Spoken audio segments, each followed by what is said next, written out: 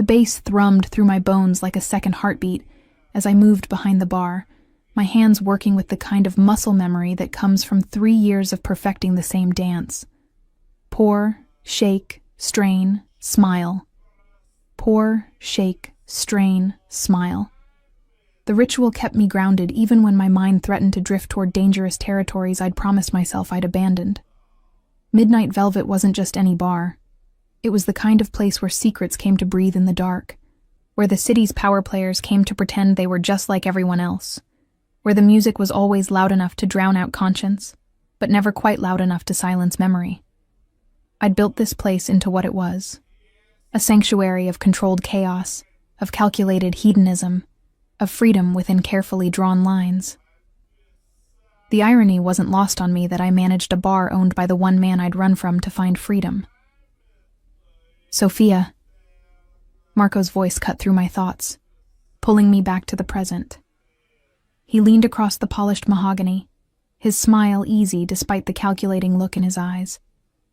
Marco had been one of Adam's men for as long as I'd known either of them, which meant he was dangerous in that quiet, efficient way that made smart people nervous. Table 7 needs another bottle of the Macallan, the good stuff.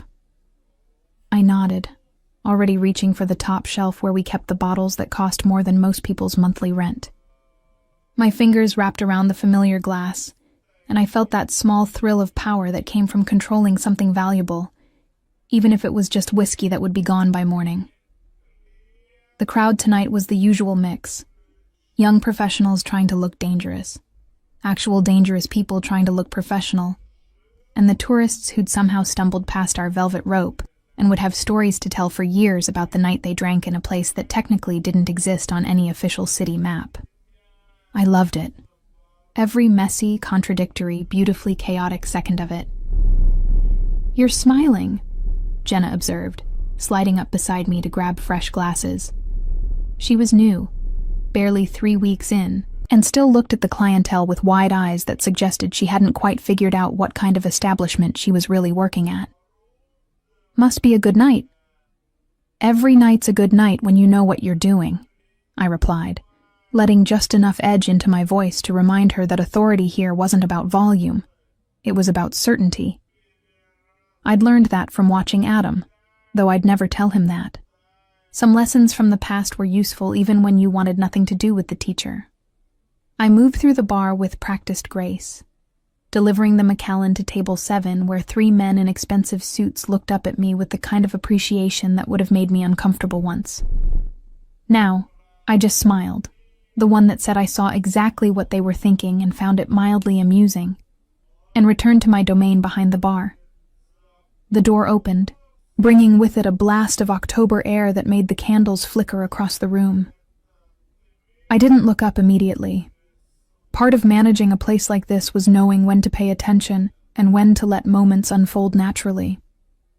But something made the air shift, made the hairs on the back of my neck stand up in a way that had nothing to do with the temperature.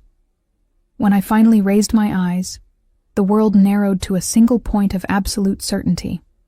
Adam Clark stood in the doorway like he owned the shadows themselves. And technically, I supposed he did.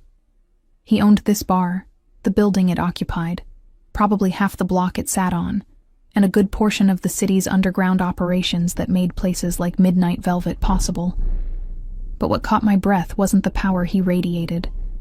I'd always known that about him. It was the way his dark eyes found mine across the crowded room with the precision of a heat-seeking missile, the way his mouth tightened almost imperceptibly when he saw me, the way 3 years of distance evaporated in the space between one heartbeat and the next. He looked the same. That was the cruel joke of it. The same dark hair that probably cost more to maintain than it should.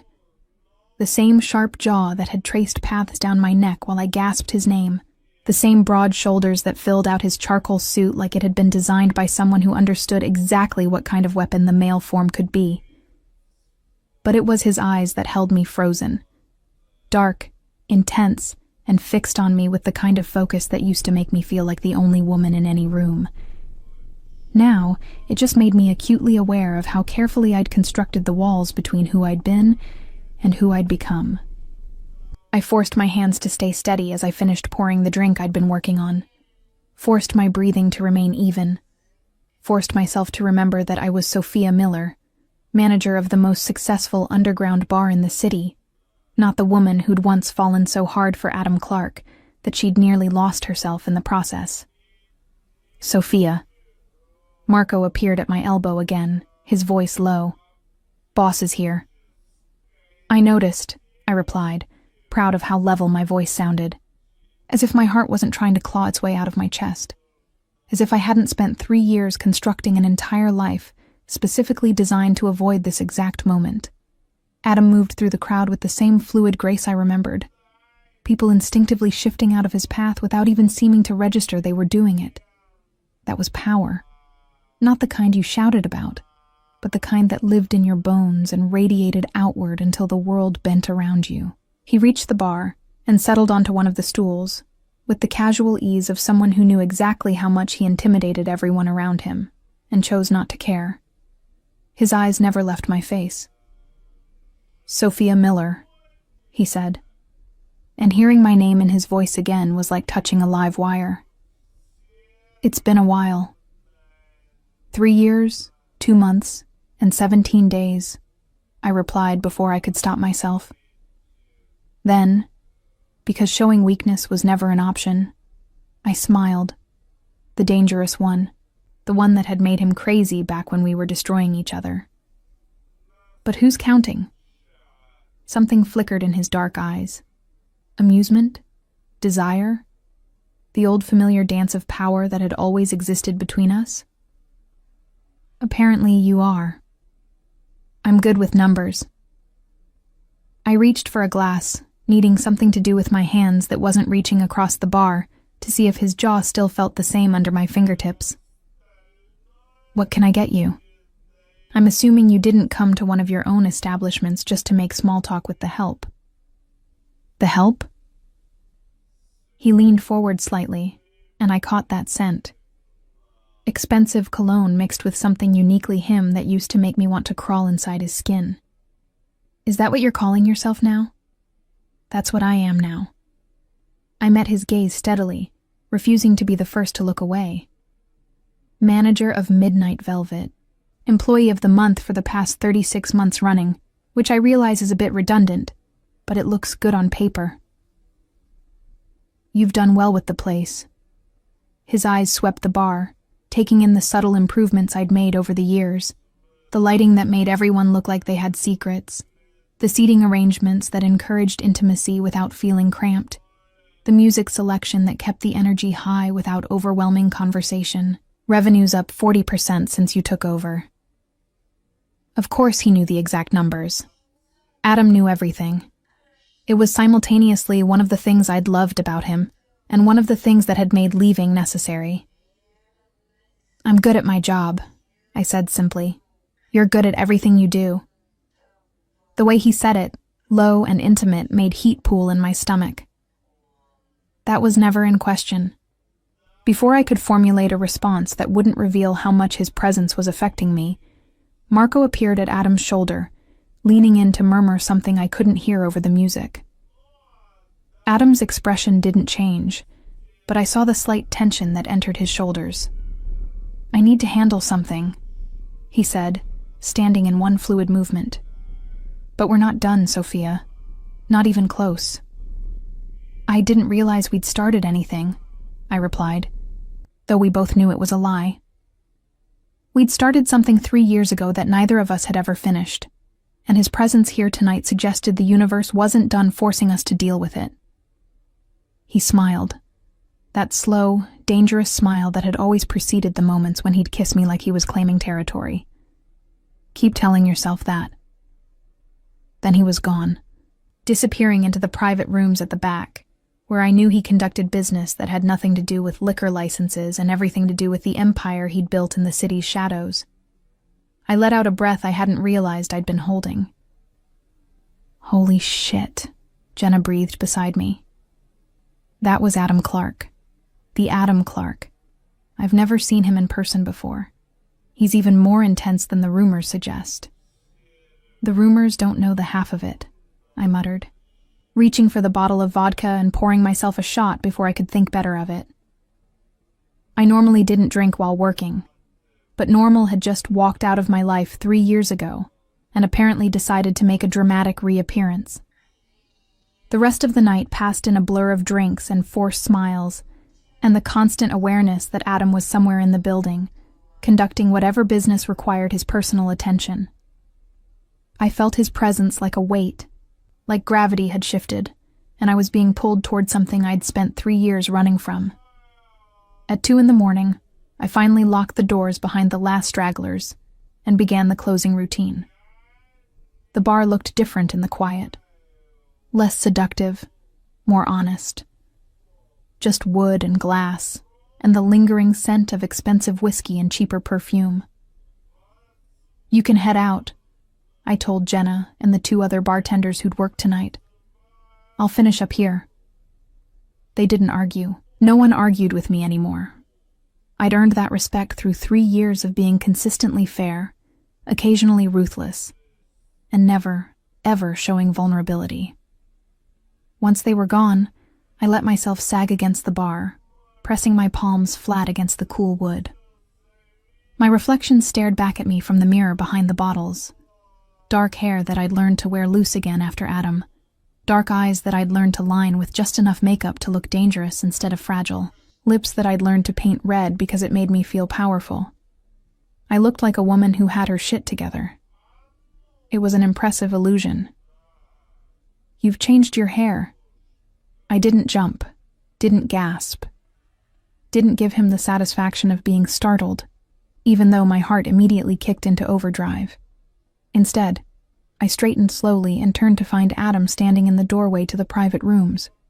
His jacket gone, and his shirt sleeves rolled up to reveal forearms that I remembered with uncomfortable clarity. "You've been watching me," I observed. "Always." He said it without shame, without apology. "Even when you thought you'd disappeared." The admission should have made me angry, should have made me feel violated. Instead, it made me feel seen in a way that was both terrifying and intoxicating. "I didn't disappear," I corrected, moving to start wiping down the bar even though my hands weren't steady. "I left. There's a difference." "Is there?" He crossed the room with that predatory grace, settling onto the same stool he'd occupied earlier. From where I stood, it felt pretty similar. "From where you stood," I repeated, unable to keep the edge from my voice. "Everything probably looked like it was about you. But some of us leave because we need to find ourselves. Not because we're making some grand statement about someone else." His jaw tightened. "And did you? Find yourself?"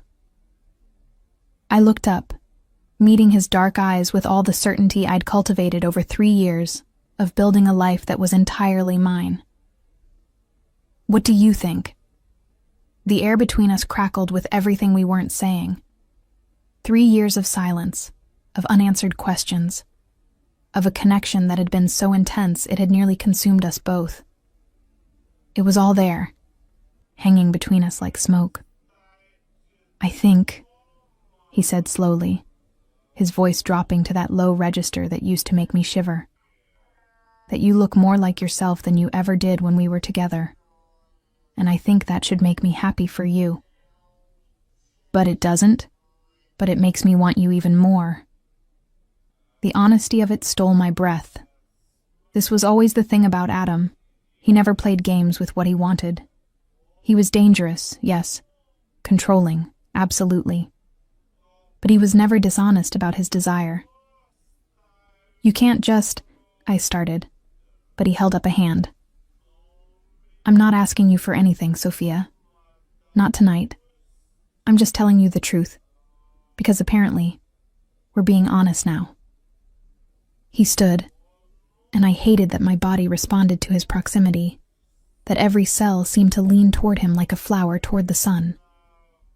"You built something incredible here. You've thrived without me. I can see that.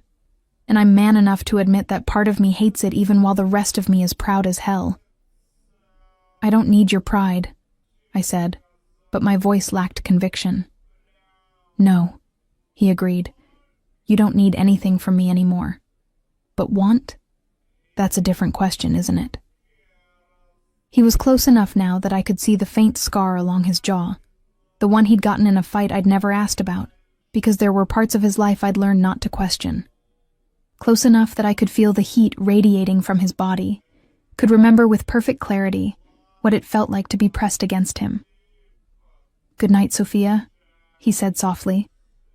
And then he was moving past me, his shoulder brushing mine in a contact that sent electricity racing through my veins.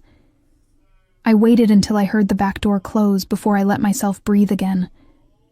My hands were shaking, my heart was racing, and every carefully constructed wall I'd built over 3 years felt like it had developed cracks. Adam Clark was back in my life. And God help me. I wasn't sure if I wanted to run again, or see what would happen if I finally stood still. The morning after Adam's reappearance, I woke up to find a gift box outside my apartment door. Not just any gift box. The kind wrapped in thick black paper with a silver ribbon that probably cost more than the contents. I stood there in my pajamas, coffee cup in hand, staring at it like it might contain a bomb. Knowing Adam, it very well could. Inside was a new espresso machine, the kind that cost thousands of dollars and came with a note in handwriting I'd recognize anywhere. "Since you're still drinking that terrible coffee from the bodega on the corner, some things shouldn't change, but your caffeine intake should." I should have been angry. Should have sent it back. Should have done anything except plug it in and make myself the best damn espresso I'd had in 3 years, while cursing Adam Clark's name with every perfect sip. That was Monday. Tuesday brought a new sound system for the bar, state-of-the-art, professional grade, delivered and installed before I even arrived for my shift. The installation team had a work order signed by management and refused to leave until everything was perfectly calibrated to my specifications. Specifications I'd mentioned once, in passing, to Marco about 6 months ago. Wednesday, I found out that the lease on my apartment, which had been month to month since I moved in, had been purchased outright. Not just my lease, the entire building. And the new owner had made exactly one change to the tenant agreements. My rent was now $1 a month. I stormed into Midnight Velvet that night with murder in my eyes. "Where is he?" I demanded, slamming my hands on Marco's desk in the back office. Marco looked up from his laptop with the kind of calculated innocence that would have been convincing on anyone who wasn't one of Adam's top lieutenants. "Who?" "Don't play dumb. It's insulting to both of us." I crossed my arms. "Adam, where is he?" "Mr. Clark is currently—" "I don't care if he's currently negotiating world peace. Get him on the phone. Now." Marco's lips twitched in what might have been amusement. He said you'd probably react this way. Did he? How incredibly perceptive of him. I leaned forward. "Phone. Now." To his credit, Marco didn't argue. He simply picked up his phone, pressed a single button, and handed it to me. It rang twice before Adam's voice came through, smooth and infuriatingly calm. "I was wondering how long it would take you to call." "You bought my building," I said without preamble. "I bought several buildings this week. You'll have to be more specific." "The one I live in, you absolute—" I caught myself, glancing at Marco, who was very obviously pretending not to listen. "We need to talk, in person. I'm free now, if you can spare the time from managing my bar." The possessive pronoun wasn't lost on me. 1 hour, Midnight Velvet, private room 3. "I'll be there in 30 minutes. I said 1 hour. "I heard you. But I'll be there in 30 minutes because that's how long it takes me to get there from where I am, and I've discovered I'm not particularly good at waiting when it comes to you." He hung up before I could respond. I stood there, Marco's phone still pressed to my ear, listening to dead air and trying to remember why letting Adam back into my life was a terrible idea. The list was long, detailed. I'd spent 3 years compiling it. But looking at it now, all I could think about was the way he'd looked at me 3 nights ago, like I was water and he'd been dying of thirst. "You okay, boss?" Marco asked, gently retrieving his phone. "Do I look okay?" "You look like a woman about to make either the best or worst decision of her life. That's oddly specific." He shrugged. "I've worked for Mr. Clark for 15 years. You learn to recognize the signs." I wanted to ask what signs, what he'd seen, what Adam had said about me in the 3 years I'd been gone. But pride kept my mouth shut. Instead, I straightened my shoulders and headed for the bar to do what I did best, pretend everything was under control while the world shifted beneath my feet. Adam arrived in exactly 30 minutes. He walked through the bar like he owned it, which, technically, he did. But there was something different about his presence tonight. More purposeful, more focused, like he'd stopped pretending this was just a casual check-in on one of his properties. I met him at the entrance to the private rooms, my arms crossed and my best don't mess with me expression firmly in place. "Room 3, I said shortly. "We need to talk." "By all means." He gestured for me to lead the way, and I felt his gaze on me the entire walk down the hallway. It was a physical thing, his attention, like heat against my back. The private rooms at Midnight Velvet were designed for discretion. Soundproof walls, comfortable seating, dim lighting that made everything feel like a secret. Room 3 was my favorite. Intimate, without being claustrophobic, with a small bar setup and a view of the city through floor-to-ceiling windows. I closed the door behind us and turned to find Adam already pouring 2 glasses of whiskey from the bar. He handed me one without asking if I wanted it. "So," he said, settling onto the leather sofa with the kind of casual grace that should be illegal. "You wanted to talk." "You bought my building." "I did. And my espresso machine." "Also true." "And the sound system for the bar." Guilty as charged.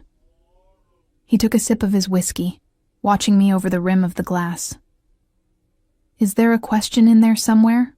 Or are you just reciting a list of my recent purchases?" "The question," I said, working very hard to keep my voice level, "is why. Why did I buy your building? Because the previous owner was planning to sell it to a developer who would have tripled your rent and displaced half the tenants, most of whom are elderly and on fixed incomes. That stopped me. How did you... I make it my business to know things." He set down his glass. "Why the espresso machine? Because life's too short to drink terrible coffee, and you deserve better than what that bodega sells. And the sound system? Because you mentioned wanting one, and I could provide it." He leaned forward, his dark eyes holding mine. "Is any of this actually a problem, Sophia? Or are you angry because I did something nice for you, and you're not sure how to handle it?" "I'm angry," I said carefully. "Because you're trying to control my life again." "No." His voice went hard. "I'm trying to make your life easier. There's a difference." "Is there? Because from where I'm standing, it looks like you're inserting yourself back into my world without asking if I want you there. Do you?" He stood, moving toward me with predatory intent. Want me there? I should have stepped back. Should have maintained distance. Should have done literally anything except stand there like prey watching a predator approach. "That's not the point," I managed. "That's exactly the point." He stopped close enough that I had to tilt my head back to maintain eye contact. "You left because you thought I was controlling you, that I was taking away your freedom. But Sophia, the coffee machine, the sound system, the rent, those aren't about control. They're about taking care of you because apparently, even after 3 years, I still can't stop myself from wanting to make your life better. You don't get to do that," I whispered. "You don't get to just take care of me without asking." "Why not?" "Because it makes it harder to remember why I left." The words hung between us, raw and honest, and more revealing than I'd intended. Adam's expression shifted, something fierce and possessive flashing across his face.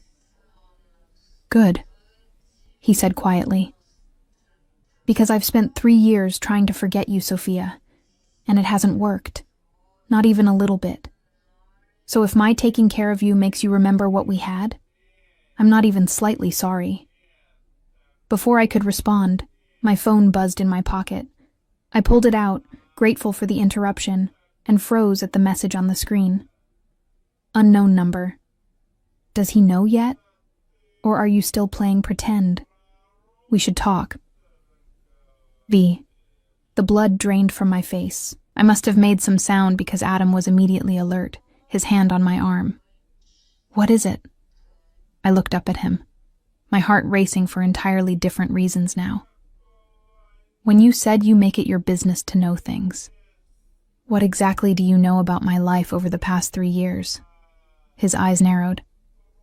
"Everything that matters. Why?" "Because apparently I'm not the only one with secrets." I handed him my phone, watched his expression go from concern to cold fury in the space of a heartbeat.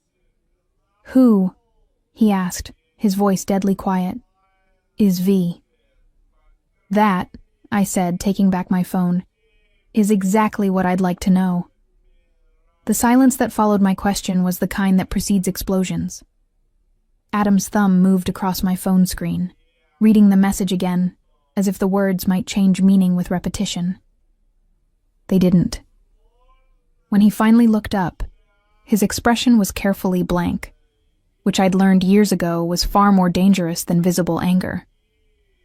"How long has this been going on?" His voice was controlled, precise. The voice he used when making decisions that ruined lives. "First message was tonight." I took the phone back, my fingers brushing his in a contact that sent unwanted electricity up my arm. "Right before I called you. Show me your other messages. All of them." "Excuse me?" "Sophia." He stepped closer, and I caught that familiar scent again. The one that used to make me feel safe before I learned that safety with Adam came with strings attached. "Someone is threatening you. That makes it my business." "Everything is your business according to you," I shot back. "But my phone, my messages, that's mine, Adam, private." "Nothing is private when it comes to your safety." And there it is. I moved away, needing space to think. "The real reason you came back, not because you missed me or wanted to see how I was doing, because you need to control the situation, manage the threat, maintain your precious order." "That's not fair, isn't it?" I spun to face him. 3 years ago, you wanted to know where I was every moment, who I talked to, where I went. You said it was about protecting me then, too. It was about protecting you. His composure cracked slightly. "Do you have any idea how many people would love to get to me through someone I care about? How many enemies I've made? How dangerous it was for you to be seen with me? So you tried to put me in a cage and called it love." The words echoed in the soundproof room. Adam's jaw tightened, a muscle jumping beneath the skin. "Is that what you think it was?" His voice dropped dangerously low. "A cage? What else would you call it?" But even as I said it, memories flooded back, uninvited, unwanted, unstoppable. The first time Adam had kissed me, I'd been dancing at a charity gala I had no business attending. A friend of a friend's +1 situation that had put me in a room full of the city's elite. I'd worn a dress I'd borrowed and shoes that were killing my feet, and I hadn't cared about any of it because the music was good, and I was alive and free. He'd watched me for an hour before approaching. I'd felt his gaze like a physical touch, had known exactly when he started moving toward me through the crowd.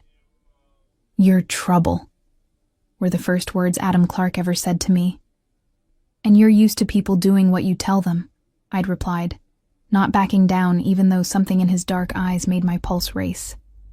"I'm guessing that's going to be a problem." He'd smiled, that slow, devastating smile. I'm counting on it. We'd left together that night. Ended up at some all-night diner where we'd talked until sunrise about everything and nothing. He'd been different then. Or maybe I'd just seen what I wanted to see. Less controlled. More human. He'd laughed at my jokes, had been fascinated by my complete lack of filter, had looked at me like I was the most interesting thing he'd encountered in years. The first month had been perfect. He'd given me space, had never asked where I was going or who I was with, had seemed content to exist in whatever moments we carved out together. But then someone had followed me home from one of our dates, one of his rival's men, looking to find leverage. Adam had found out, had dealt with it in whatever way Adam dealt with things, and everything had changed. Suddenly there were bodyguards I hadn't asked for, restrictions on where I could go alone, questions about every friend, every plan, every moment I wasn't with him. "I'm keeping you safe," he'd insisted when I'd pushed back. "You're suffocating me," I'd countered. The fights had escalated. His need for control versus my need for freedom. His fear for my safety versus my refusal to live in fear. Until one night, after a particularly brutal argument, I'd looked at him and realized I was disappearing. That the woman who danced without caring, who watched, who laughed too loud, who lived like every moment mattered. She was fading under the weight of his protection. So I'd left. Packed a bag while he was handling business, written a note that said only, "I need to breathe," and walked away from the most intense relationship of my life. "Sophia." Adam's voice pulled me back to the present. He was closer now, though I hadn't seen him move. "Where did you go just now?" "The past." I met his gaze, remembering why I left. And I was right to go. Something flashed in his eyes, pain, quickly masked. Even knowing what I know now, even understanding that my fear for your safety wasn't about controlling you. Your intentions don't matter when the result is the same. But my voice lacked conviction, because seeing him now, with 3 years of distance, I could recognize what I'd been too young to see then. He hadn't been trying to cage me. He'd been terrified of losing me. My phone buzzed again. Unknown. TikTok, Sophia. Secrets have expiration dates. Want to tell him, or should I? Adam's hand shot out, steady and certain, palm up. "Let me help. I don't need your help." "You needed it 3 years ago, too. That didn't stop me from trying." His dark eyes held mine. "The difference is, this time I'm asking, not demanding, not ordering. Asking. The distinction shouldn't have mattered, but it did." Slowly, I placed my phone in his hand. He read the new message, his expression darkening with each word. "What secret are they referring to?" "I don't know." It was the truth, which made it worse somehow. I can't think of anything that... Vincent Caruso. The name hit me like a physical blow. I must have flinched because Adam's entire demeanor shifted, going from controlled to lethal in a heartbeat. "Vincent Caruso," he repeated, softer now but no less dangerous. "What does he have on you?" "Nothing. I barely know him." "You're a terrible liar, Sophia. You always have been." He set the phone down carefully, deliberately. "Tell me what happened. It was after I left you." The words came out before I could stop them. 6 months later. I was still settling into the job at Midnight Velvet, still figuring out how to be on my own. He came to the bar a few times. Was charming, persistent. Said he knew you, that you'd worked together. Adam's hands clenched into fists. "Did he hurt you?" "No. God, no. Nothing like that." I wrapped my arms around myself. He asked questions. About you. About your business. Where you kept certain records. Who you trusted. And I was angry enough and stupid enough that I answered a few before I realized what he was doing. Industrial espionage. Adam's voice was flat. He was using you to get information about my operations. I didn't tell him anything important, I said quickly. Just small things, stupid things. Your schedule, where you like to eat, who you met with. I stopped as soon as I figured it out, but now he has leverage. Adam turned away, running a hand through his hair in the first truly uncontrolled gesture I'd seen from him. Christ, Sophia. Do you have any idea how dangerous Vincent Caruso is? What he could do with even small pieces of information about me? I know. I've spent 2.5 years terrified he'd use it against you somehow. Against me? He spun back. I don't give a damn about me. I'm worried about what he'll do to you if he decides you're more valuable as a message than as an informant. The raw fear in his voice caught me off guard. This wasn't the controlled mob boss. This was the man who'd once held me after a nightmare, who'd made me laugh until I cried, who'd looked at me like I was precious and breakable and worth protecting from the entire world. So what do we do? I asked quietly. We? He moved closer, his hand coming up to cup my face with a gentleness that made my throat tight. There is no we in this, Sophia. There's me handling a threat to your safety, and you letting me do it without fighting me every step of the way. That sounds an awful lot like control again. That's protection. His thumb traced my cheekbone. I'm not asking you to give up your freedom. I'm asking you to trust me enough to let me keep you safe while you live it. And the difference is? The difference, he said, his dark eyes holding mine with an intensity that stole my breath, is that I learned my lesson the first time. I can't keep you by putting you in a cage, Sophia. All that does is guarantee you'll fly away the first chance you get. But I can stand between you and the things that want to hurt you. I can eliminate threats before they reach you. I can love you enough to let you be free while making damn sure that freedom doesn't get you killed. You can't... My voice broke. Adam, you can't just say things like that. Why not? It's the truth. He leaned his forehead against mine. I love you. I've loved you since you told me I was used to people doing what I say, and you were going to be a problem. I loved you when you left.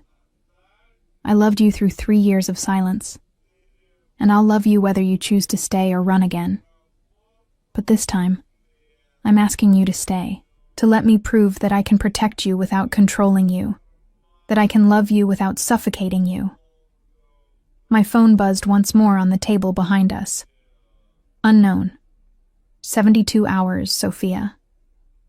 Then I go public with what I know. Your choice how this plays out. Adam's jaw tightened against my forehead, but he didn't move away. 72 hours, he murmured. Plenty of time. For what?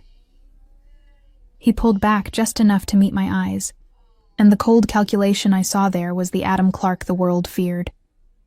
To remind Vincent Caruso why people don't threaten what's mine. I'm not yours, I whispered, but it lacked conviction. Aren't you? His smile was sharp and certain. Then why are you still here? Why haven't you run? Why are you letting me touch you when you could walk away?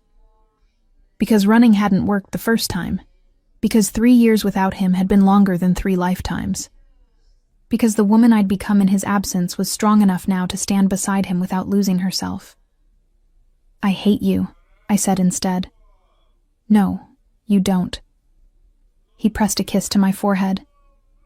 But you're welcome to keep pretending if it makes this easier. My phone went dark.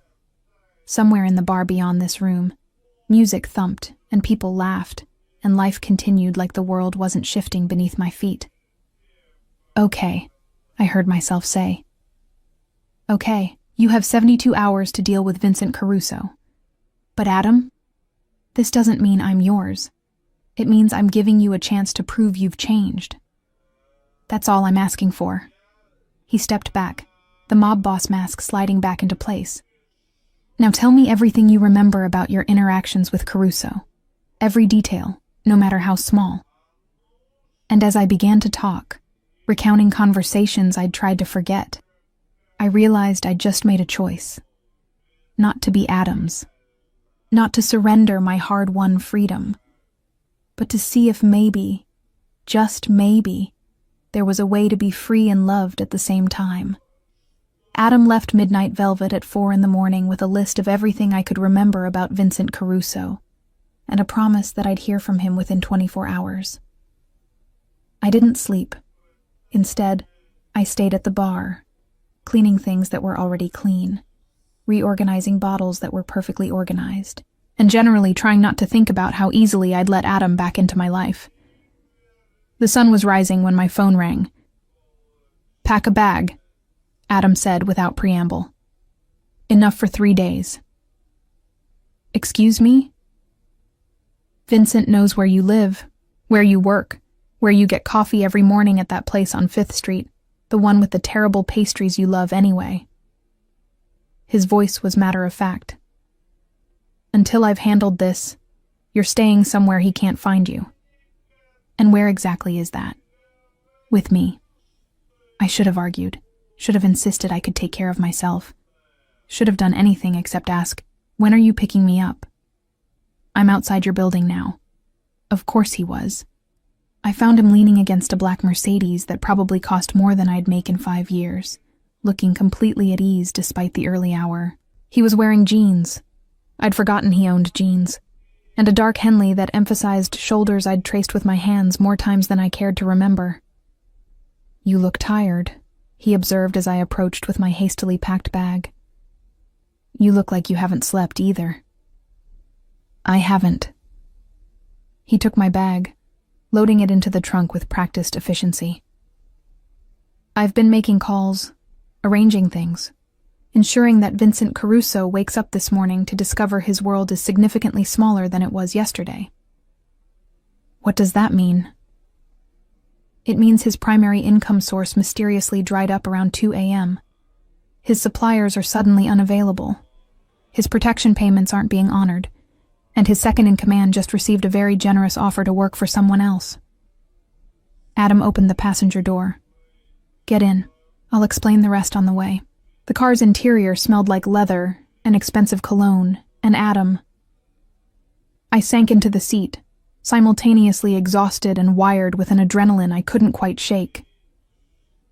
"Where are we going?" I asked as he pulled into traffic. "Somewhere safe." "That's not an answer." "It's the only answer you're getting until we're there." He glanced over, and something in his expression softened. "Trust me, Sophia. I know that's asking a lot, but for the next 72 hours, I need you to trust me." I wanted to argue, to demand answers, to maintain the independence I'd fought so hard to build, but the exhaustion weighing on my bones made the fight seem less important than it had 12 hours ago. "Fine," I muttered, "but I'm not happy about it." "You're never happy about anything involving me making decisions for your safety." There was amusement in his voice. "It's one of your most consistent qualities. Consistency is a virtue. So is knowing when to let someone help you." We drove in silence for a while, the city giving way to suburbs and then to wooded areas I didn't recognize. Eventually, Adam turned onto a private road that wound through trees before emerging in front of a house that made me forget how to breathe. It wasn't ostentatious. Adam had never been about flash. But it was beautiful in that understated way that screamed money. Glass and stone and clean lines, positioned to overlook a lake that caught the morning sun like scattered diamonds. "This is yours?" I asked. "One of several properties, but this one's special." He parked and came around to open my door. "This one nobody knows about except Marco and a handful of people I trust with my life. And now me, and now you." He grabbed my bag from the trunk. "Come on, I'll show you around." The interior was just as stunning as the exterior.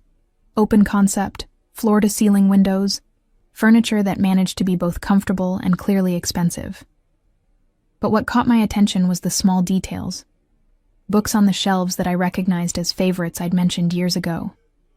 A specific brand of coffee in the kitchen that I loved, but could rarely afford. Orchids on the dining table. My favorite flower. "You did this for me," I said, running my fingers over a first edition of a book I'd talked about wanting to read someday. "I did it for us." Adam set my bag down near the staircase. "I bought this place about 6 months after you left. Told myself it was an investment property.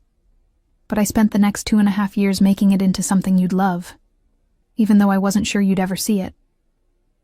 The confession made my chest tight. "Adam, your room is upstairs, second door on the left."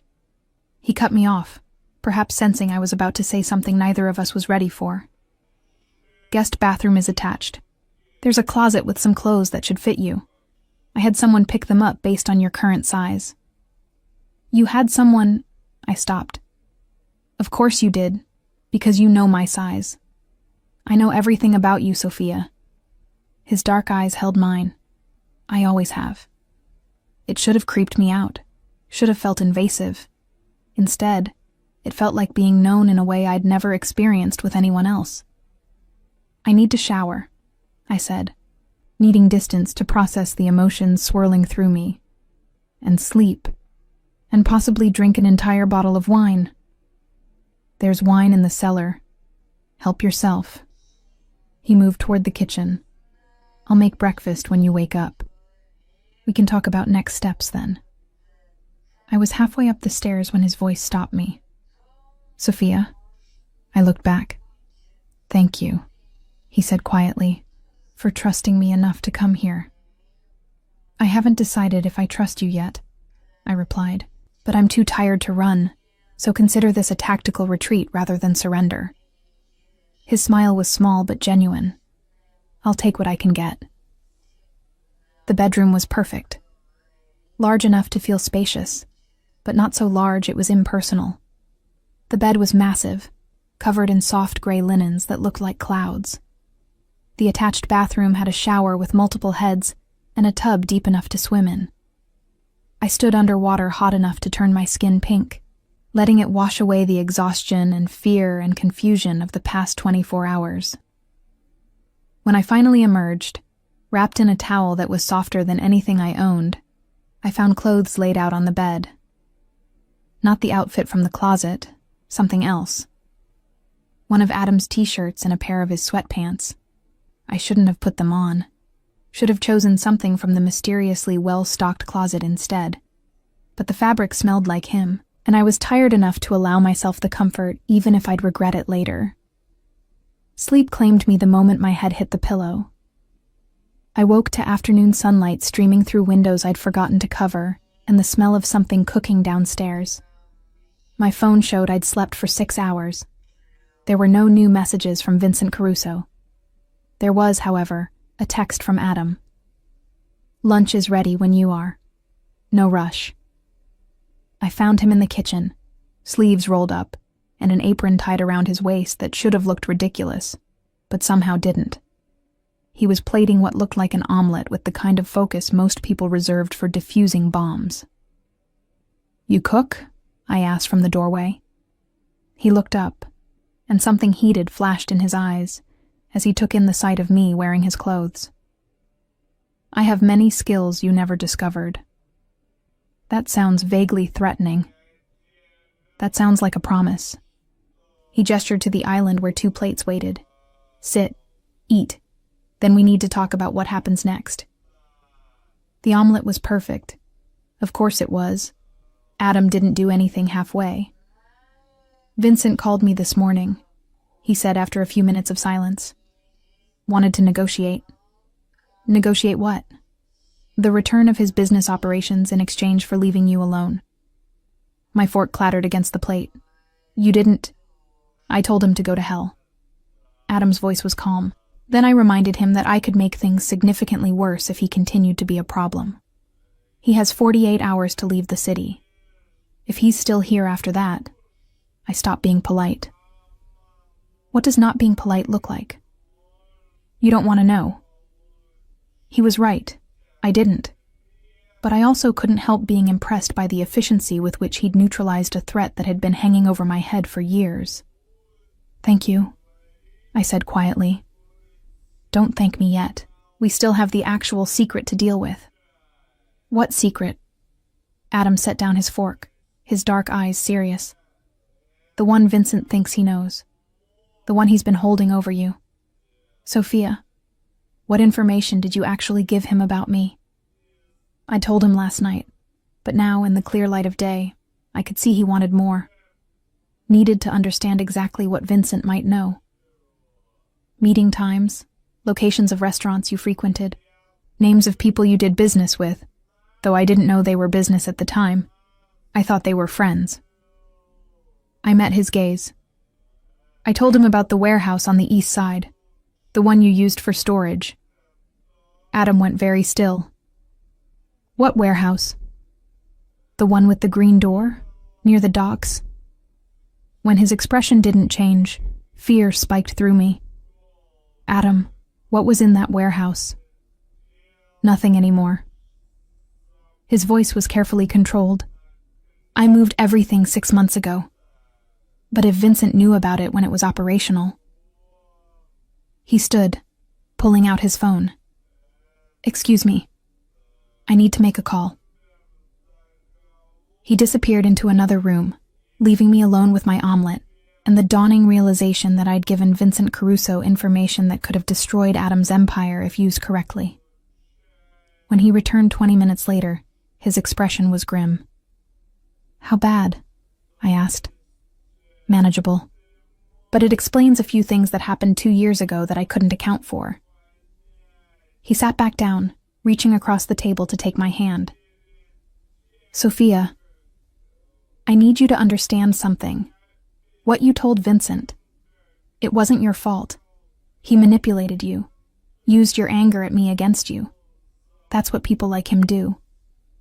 But I still told him. Yes, and I'm still handling it. That's what people like me do. His thumb traced circles on my palm. But going forward, I need you to promise me something. What? That if someone ever approaches you about me again, you come to me first. No matter how angry you are, no matter what we're fighting about, you come to me and we handle it together. That sounds like you're planning on us fighting a lot in the future. His smile was slow and devastating. Oh, Sophia, we're going to fight constantly. It's part of our dynamic. The question is whether we fight as enemies or as partners. And which are we now? He stood, pulling me up with him until we were standing close enough that I could see gold flecks in his dark eyes. That depends. Are you still planning to run the first chance you get? Are you still planning to control every aspect of my life? I'm planning, he said, his hand coming up to cup my face, to love you so completely that you never want to run. I'm planning to give you every freedom you've ever wanted while making sure you're safe enough to enjoy it. I'm planning to prove that you can be mine without losing yourself. Is that control? Or is that partnership? It's terrifying, I whispered. Good. His thumb traced my lower lip. That means it matters. He was going to kiss me. I could see it in his eyes, feel it in the way his body angled toward mine. And God help me, I wanted him to. Wanted to remember what it felt like to be claimed by Adam Clark. Wanted to see if the kiss would still set me on fire after 3 years of absence. My phone rang. We both froze. I pulled it from my pocket, expecting Vincent. Instead, it was a number I didn't recognize with a local area code. Answer it, Adam said, his expression hardening. On speaker. I did. Sophia Miller? A woman's voice, professional and crisp. Yes? My name is Detective Sarah Chen. I'm with the Organized Crime Unit. I need to ask you some questions about Vincent Caruso and Adam Clark. How soon can you come to the station? Adam's eyes met mine, and in them, I saw calculation, fury, and something that might have been admiration. Well, he murmured, this just got interesting. I'm actually with a client right now, I said, my voice steadier than I felt. Can this wait until tomorrow? Adam's hand tightened on my waist. A warning or encouragement. I couldn't tell. This is regarding an ongoing investigation, Ms. Miller. The sooner we speak, the better for everyone involved. Detective Chen's tone suggested this wasn't a request. I can send a car to pick you up if transportation is an issue. That won't be necessary. I kept my eyes locked on Adam's, watching his expression shift through calculations I couldn't follow. I can be there in 2 hours. Make it 1. And Ms. Miller, come alone. The line went dead. Well, I said, setting my phone down carefully, that's not ominous at all. Adam was already moving, pulling his own phone from his pocket and typing rapidly. Marco needs to know about this, and I need to make some calls before you go anywhere near that police station. Before I caught his arm. Adam, she said to come alone. And you're actually considering it? He spun to face me, and the carefully controlled mob boss was gone, replaced by something rawer, more dangerous. Sophia, this is Vincent's play. He's using the police to apply pressure, to separate you from me so he can... So he can what? The police are the police. He can't touch me there. You still don't understand how this works, do you? He moved closer, his hands framing my face with an intensity that made my breath catch. Vincent doesn't need to touch you physically to hurt you. He just needs to get you on record talking about me, about my business, about anything that can be used later. The organized crime unit doesn't call random bar managers unless they think those managers have information worth trading. I don't have information worth trading. You have 3 years of living in my world, working at my establishment, and... He paused, his jaw tightening. A history with me that makes you exactly the kind of witness they'd love to flip. The realization hit me like ice water.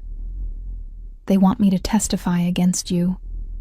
They want you to give them enough to build a case. Vincent must have fed them something, enough to make them think you're vulnerable, angry, willing to cooperate. His thumbs traced my cheekbones with devastating gentleness. Are you angry enough to destroy me? 3 years ago, maybe I would have been. 3 years ago, I'd left convinced that Adam Clark was a prison I needed to escape. But now, looking into his dark eyes and seeing genuine fear, not for himself, but for what I might do, I realized the truth. I'd never wanted to destroy him. I just wanted to save myself. No, I said quietly. I'm not going to testify against you, Adam. But I am going to that police station, and I'm going alone like they asked. Sophia, listen to me. I pulled back enough to meet his eyes properly. If I don't show up, or if I show up with lawyers and bodyguards, it confirms whatever Vincent told them. That I'm under your control. That I'm not a reliable witness because I'm too scared or too compromised to tell the truth. But if I go alone, if I answer their questions honestly, his voice went sharp. And what exactly will you tell them honestly, Sophia? That you work at a bar I own? That we have a history? That you've seen things, heard things, know things about my operations? I'll tell them I'm the manager of Midnight Velvet, that I've never been involved in your business dealings, that whatever Vincent Caruso told them is a lie meant to manipulate both of us. I caught his hands, holding them between us.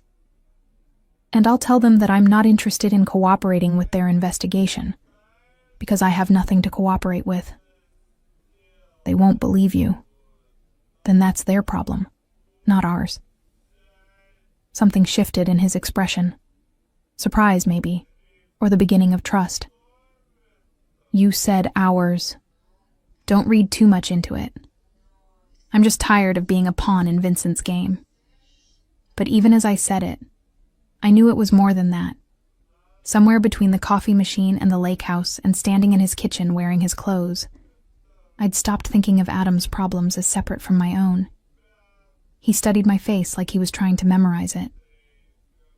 If you do this, there are rules. Of course there are. You don't answer questions about my associates. You don't speculate about my business operations. You don't offer information they don't specifically ask for. His voice was firm. And if at any point they threaten you, offer you a deal, or suggest you need protection from me, you walk out immediately and call Marco. Not me, Marco. His number's already in your phone under M. When did you... This morning while you were sleeping. He had the grace to look slightly sheepish. I also installed a tracking app. Before you get angry, it's for emergencies only, and you can turn it off whenever you want. The password is your birthday. I should have been furious. Should have thrown his paranoid security measures back in his face.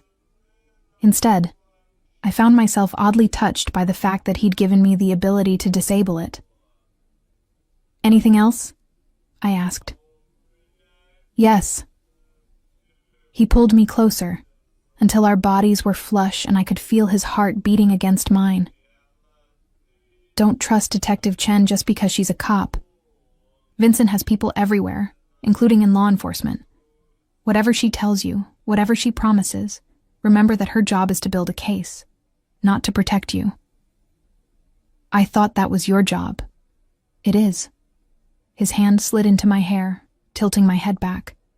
Which is why I'm asking you, one more time, to let me send someone with you. Not to speak for you, just to be there, to make sure you're safe. The please was unspoken, but present in every line of his body, every note of his voice. Adam Clark, who commanded an empire built on fear and respect, was asking permission to protect me. Okay, I heard myself say. But they wait outside. I go into the interview alone. Relief flooded his expression. Deal. He kissed me then. Not the gentle, questioning kiss I'd expected, but something fierce and possessive and absolutely claiming. His mouth moved over mine like he was staking a claim, like he was reminding me of everything we'd been and could be again. I kissed him back with equal intensity, my hands fisting in his shirt, my body pressing against his with a desperation I'd spent 3 years denying. When we finally broke apart, both breathing hard, his forehead rested against mine. "Come back to me," he murmured. "After the police station, after whatever Vincent has planned, after all of this is over, come back to me.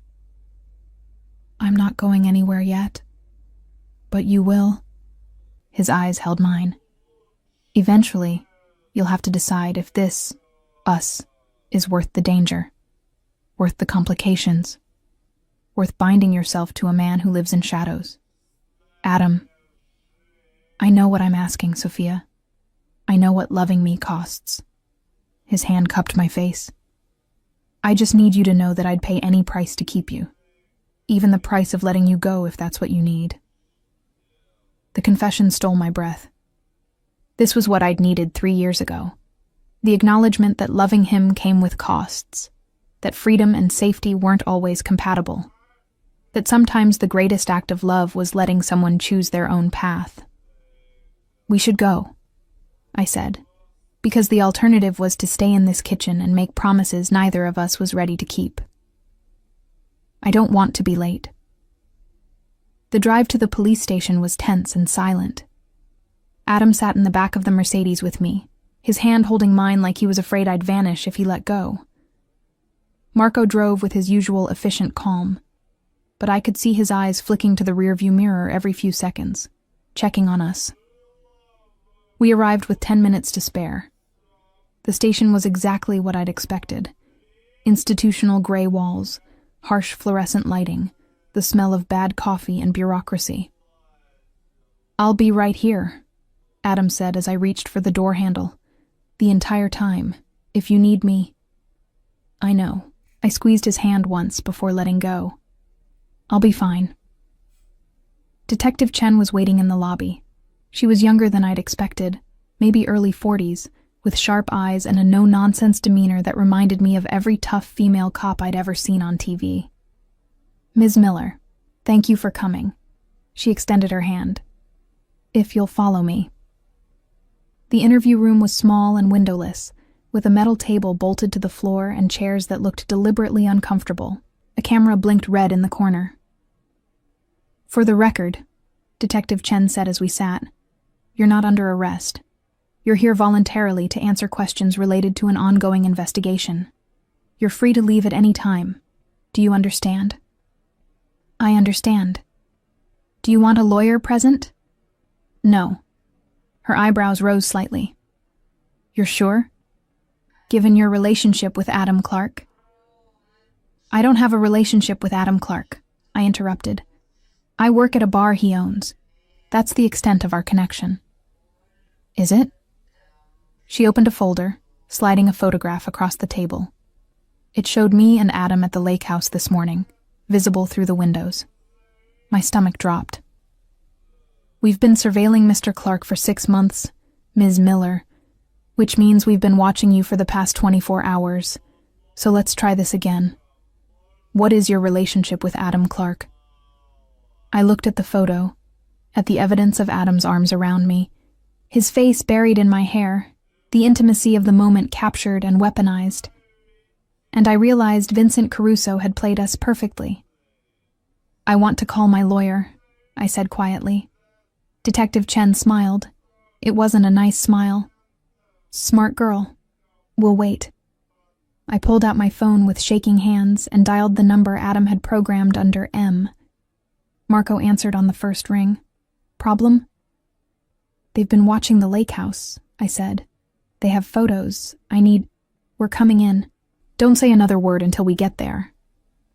The line went dead. Detective Chen leaned back in her chair, studying me with professional interest.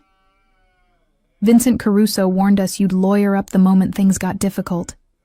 Said Adam Clark has too much control over you to let you cooperate." She paused. "He also said you'd be wearing Mr. Clark's clothes when we brought you in. Looks like he was right about that, too." I looked down at Adam's t-shirt, visible under my jacket, and felt the trap close around us both. Outside, I could hear raised voices. Adam's, controlled but deadly. Marco's, calm and legal. And Detective Chen's partner, trying to keep them from storming the interview room. "Last chance, Ms. Miller," Detective Chen said. "Talk to us now. Help us build a case against the people really running this city's criminal enterprises, and we can offer you protection. Real protection, not the kind that comes with strings attached." Through the window in the door, I could see Adam. His eyes found mine, and in them, I saw everything. Fear, fury, and absolute trust that I'd make the right choice. The question was, what was the right choice? "I'd like to tell you a story, Detective Chen," I said, leaning forward in my chair. "About a woman who spent 3 years building a life on her own terms, who took a failing bar and turned it into the most profitable establishment in its category, who did it without help, without handouts, without anyone controlling her choices. Ms. Miller, I really think you should wait for your lawyer. That woman," I continued, "learned that independence isn't about being alone. It's about choosing who stands beside you. And she learned that sometimes the most dangerous thing you can do is let someone love you without losing yourself in the process." Detective Chen's expression shifted. "That's very poetic. It's also not an answer to my questions about Adam Clark's criminal activities. Because I don't have answers to those questions." I met her gaze steadily. "I manage a bar. I serve drinks. I handle inventory and staff schedules and customer complaints. What Adam Clark does outside of Midnight Velvet isn't my business, and frankly, I'm not interested in making it my business." "Even though you're sleeping with him?" "Even though I'm in love with him," I corrected, and felt the truth of it settle into my bones. Which, last I checked, isn't illegal. Neither is wearing his clothes or staying at his house or any of the other circumstantial evidence Vincent Caruso convinced you was proof of criminal conspiracy. Vincent Caruso is a credible witness. Vincent Caruso is a manipulative bastard who used me to try to hurt Adam 2 years ago and is trying to use your investigation to finish what he started. I stood, done with playing defense. And I'm done being anyone's pawn. So unless you're charging me with something, I'm leaving. Sit down, Ms. Miller. Am I under arrest? Detective Chen's jaw tightened. No. Then I'm leaving. When my lawyer arrives, direct him to the lobby. I walked to the door, half expecting her to stop me. She didn't. Instead, she said quietly, "He's going to destroy you, you know. Men like Adam Clark, they don't love people. They own them." I looked back over my shoulder. Maybe men like Adam Clark just need someone brave enough to love them without being owned. I guess we'll find out. The hallway was chaos. Adam stood nose to nose with a detective twice his size, his voice low and lethal. Marco had positioned himself strategically between Adam and 3 other officers, his lawyer face firmly in place. And there, standing near the precinct entrance looking smug and satisfied, was Vincent Caruso. Our eyes met across the crowded hallway. He smiled. Something in me snapped. I walked straight toward him, ignoring Adam's sharp call of my name, ignoring Marco's attempt to intercept, ignoring every rational thought that said confronting Vincent Caruso in a police station was a terrible idea. "You must be so proud of yourself," I said when I reached him. "Setting me up, feeding lies to the police, trying to use me to destroy Adam. Very clever." "I didn't lie," Vincent replied smoothly. "I told them exactly what you told me 2 years ago. It's not my fault you were indiscreet about your boyfriend's business operations. Ex-boyfriend at the time, and you manipulated me into trusting you. I made you feel seen, made you feel like someone understood your frustration." His smile widened. "Is it my fault you were so eager to talk about Adam Clark that you didn't notice I was taking notes?" Behind me, I heard movement. Felt Adam's presence like heat at my back. But he didn't touch me, didn't intervene. He was letting me handle this my way. "You want to know what I told the detective in there?" I asked Vincent. "I told her you're full of shit, that whatever information you think you have is 2 years old, filtered through your manipulation, and completely useless for building any kind of case. I told her I'm not cooperating with her investigation because I have nothing to cooperate with." Vincent's smile faltered. "You're lying." "Am I? Or did you overplay your hand by assuming I'd be so desperate to get away from Adam that I'd burn his entire world down to do it?" I stepped closer, lowering my voice. "You don't know anything about what Adam and I have, Vincent. You don't understand that love and freedom aren't mutually exclusive. And you definitely don't understand that I'd rather stand beside Adam in his darkness than spend another second in your mediocre light." "You'll regret this," Vincent said, his mask slipping to show real anger. "When he tightens the leash, when you realize you've traded one prison for another. The only person going to prison," Adam's voice cut in, cold and certain, "is you, Vincent, that federal warrant for tax evasion. The one my people made sure was fast-tracked. It's being executed right now at your office." As if on cue, Vincent's phone rang. He pulled it out with shaking hands, looked at the screen, and went pale. "You son of a bitch," he breathed. "I told you not to threaten what's mine." Adam's hand settled on my waist, possessive and protective in equal measure. "Did you think I wouldn't have contingencies? That I'd just let you use Sophia to hurt me without consequences? The police will be very interested in your financial records once the feds are done with them. I believe there are several shell corporations that link directly to the organized crime detective Chen is investigating. Funny how these things work out." Vincent looked between us, calculation and fear warring in his expression. Then he turned and walked quickly toward the exit, his phone pressed to his ear, his confidence evaporating with every step.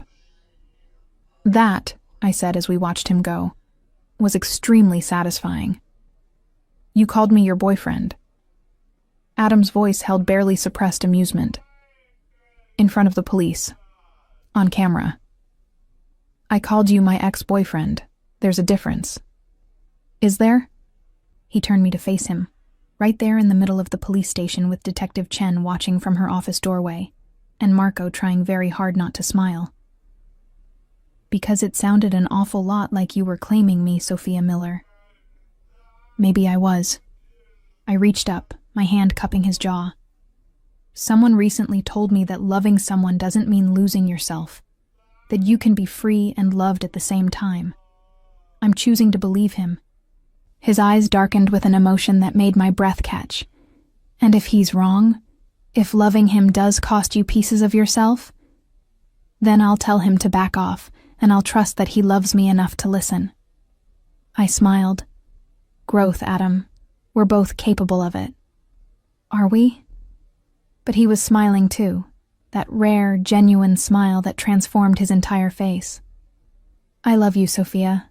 I never stopped, not for 1 second of the past 3 years. I know. I pulled his mouth down to mine, kissing him in full view of the organized crime unit, the uniformed officers, and anyone else who cared to watch. I love you too.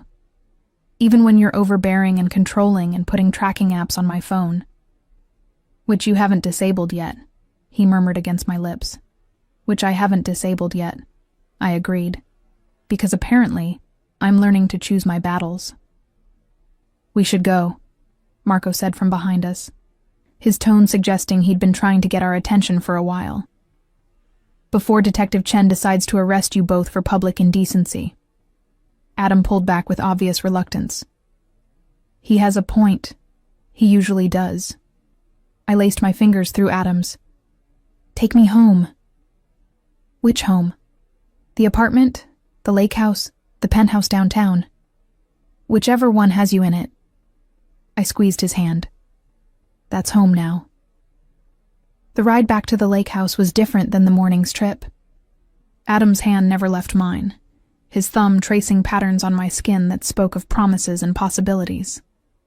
Marco drove with his usual efficiency, but I caught him smiling in the rearview mirror more than once. So what happens now? I asked as the city gave way to trees.